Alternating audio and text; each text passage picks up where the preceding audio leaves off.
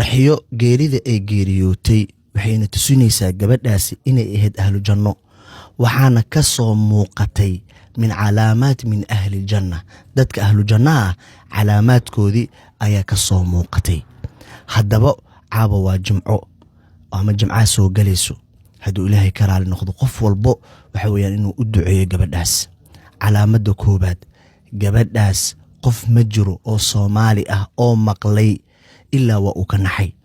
gabadhaas wuxuu ku amaanay khayr ayuu ku amaanay wanaag ayuu ku amaanay inay afgaabantu ku amaanay khayr iyo markaas waxa weeyaan farabadan ayaa lagu amaanay rasuulkeena sallallahu alayhi wasallam xiligiisi ayaa waxa dhintay qof ayaa dhintay kadibna saxaabadii waxay dhaheen hebel waa uu dhintay qof wanaagsan oo ahaa qof fiican oo ahaa qof afgaaban oo ahaa iyo khayr ayaa lagu tilmaamay rasuulkeena wuxuu yiri wajabatil jannah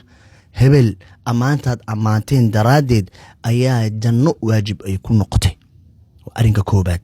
arinka labaad ee gabadhaasi waxa weeyaan ee ku wanaagsaneed waxay ahayd gabar ninkeeda baari u ah oo ninkeeda waxa weeyaan raali gelisa ayay ahayd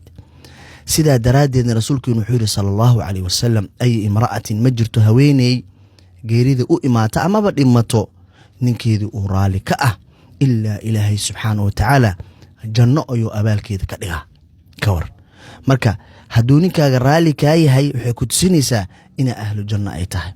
marka gabadhaas ilaahay subhanahu wa ta'ala boqorka waxaan ugu baryeena in ilaahay jannatul firdaws uu geeyo martii la jecel yahay ilaahay ka yeelo oolaada ay ka tagtay iyo beelahada ay ka tagtayna ilaahay subhanahu wa ta'ala uu asturo ilaahay tabaaraka wa ta'ala dambigeeda cafiyo maanta waxa weeyaan duco noogu baahan tahay maanta waxa weeyaan garab istaag noogu baahan tahay qof walbo ha u duceeyo